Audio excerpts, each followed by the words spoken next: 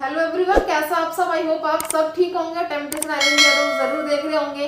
अब तक जितने भी हमने एपिसोड देखे हैं उसका फाइनल रिजल्ट आज आने वाला था और दो कपल्स का वो रिजल्ट आ भी चुका है, जिसके लिए जिस एक्सपेरिमेंट के लिए वो यहाँ पर आए थे फाइनली उन्हें उनके आंसर मिल चुके हैं। अब उन्हें किसके साथ वर्कआउट करना है उस बात को या उस फैसले को बताने का आज समय था। आज थी आखिरी बोनफायर नाइट जहाँ पे दो कपल्स को बुलाया गया था एक एक करके और उनके फैसले को वहां पे जानना था कि आपको अपने पार्टनर के साथ जाना है या फिर आपको अपने कनेक्शन के साथ जाना है। आगे उन कपल्स ने अपने अपने फैसले वहां पे सुना भी दिए थे, लेकिन वहां पे जो एक का जो फैसला था वो काफी हार्ट ब्रेकिंग था, क्योंकि वहां पे उन्होंने जो फैसला लिया था इस बार उन्होंने अपने दिल की सुन के फैसला लिया था। इस बार किसी के प्रेशर में आके उन्होंने फैसला नहीं लिया था। सबसे पहले हम बात करेंगे अर्जुन और चेष्टा की। इन दोनों को वहां पे बुला लिया गया। सबसे पहले चेष्टा को बुलाया गया, उनकी जर्नी के बारे में पूछा गया तो उन्होंने बोला कि विला के अंदर 42 दिनों में उनकी जो जर्नी गई है वो बहुत ही ब्यूटीफुल गई है। अर्जुन के साथ हमेशा उनका वर्स्ट साइड ही देखने को मिलता है, लेकिन जो निखिल है उनका नया कनेक्शन 42 दिनों में उन्होंने जो बिल्ड किया है वो उनके साथ काफी स्ट्रांग फील करती है और उनकी जो स्ट्रेंथ है वो निखिल ही उन्हें लग रहे हैं, क्योंकि अर्जुन उन्हें वीकनेस लगते हैं। क्योंकि वो जब भी अर्जुन के सामने जाते हैं ना रोना आ जाता है, क्योंकि उनके जो 10-11 साल में जो भी अप्स एंड डाउन आए हैं वो सब उन्हें देखते ही याद आ जाते हैं। मैं चाहूंगी कि मैं निखिल के साथ ही आगे कंटिन्यू करूं, क्योंकि जब मैं रेडी होती हूँ आप नहीं वहां पे होते हैं और जब आप वहां पे होते हैं तो मैं वहां पे नहीं होती। हमारे टाइम इतने ऑफ रहते हैं तो हम लोग क्यों ना अलग किसी कनेक्शन में जाके एक्सप्लोर करें। और मैंने जो एक्सप्लोर करा है वहां पे मेरे को काफी स्ट्रांग फीलिंग आती है।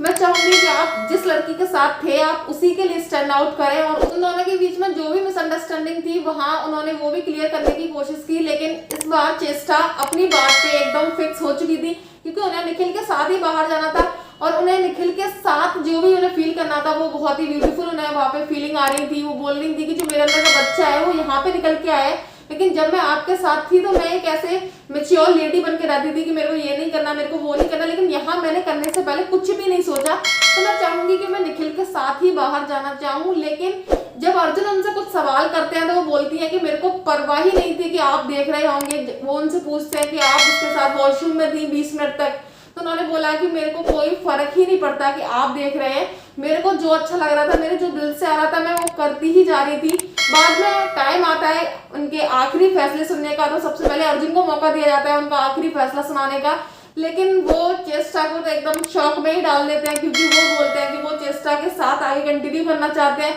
तो यह सुन के चेष्टा को काफी शौक लगता है। चेष्टा से पूछा गया कि आप किसके साथ बाहर जाना चाहेंगी, तो उन्होंने बोला कि जब मैं रेडी होती हूँ तो ये अर्जुन मेरे साथ कभी नहीं मेरे को दिखते, जब ये होते हैं तो मैं उस टाइम पे इनके साथ नहीं दे पाती हूँ।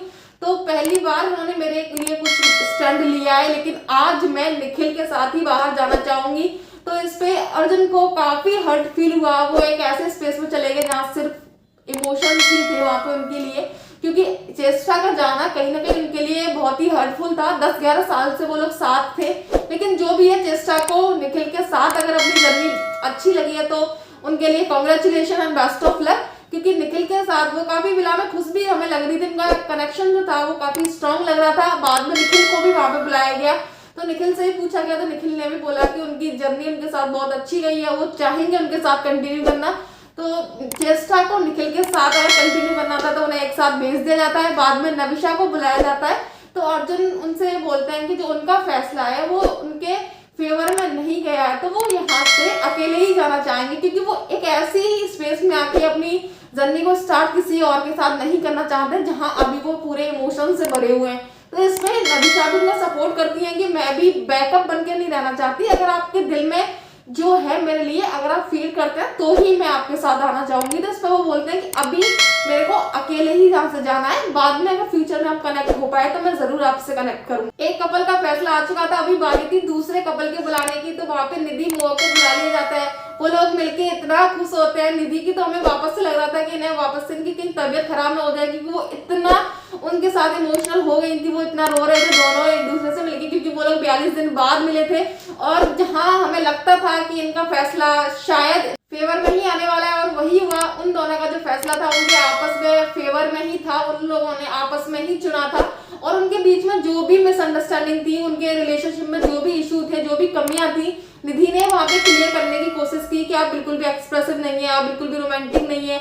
और आप उर्वी के साथ वो सब कुछ कर रहे थे जो मेरे साथ आप कभी नहीं करते हैं। तो इस पे मोहक ने बोला कि उनकी वो जर्नी थी, वहां से वो सीख रहे थे ताकि अपने रिलेशनशिप को और ज्यादा स्ट्रॉन्ग बनाए। जैसे ही उन्हें लगा था कि उनके अंदर जो भी इशू थे, जो भी प्रॉब्लम थी, वो अभी रिजॉल्व हो चुकी है, तो उन्होंने एक स्टेप बैक ले लिया था। बाद में उनके कनेक्शन को बुलाया गया। तो निधि के लिए काफी मुश्किल हो रहा था समत को गुड बाय बोलना। बाद में उर्वी को भी बुलाया जाता है, लेकिन उर्वी बहुत ही मैच्योर तरीके से सिचुएशन को हैंडल करती है। वो काफी खुश होती है मोहक के लिए। वो बोलती है कि निधि उनके लिए अच्छी है, तभी उन्होंने चुनी है।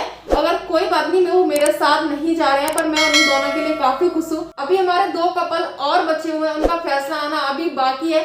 अभी के लिए हम फिलहाल अपनी वीडियो को यहीं पे एंड करते हैं। आपको मेरी वीडियो अच्छी लगी है तो please like share subscribe my channel. Thank you for watching the video and stay tuned for the next episode review.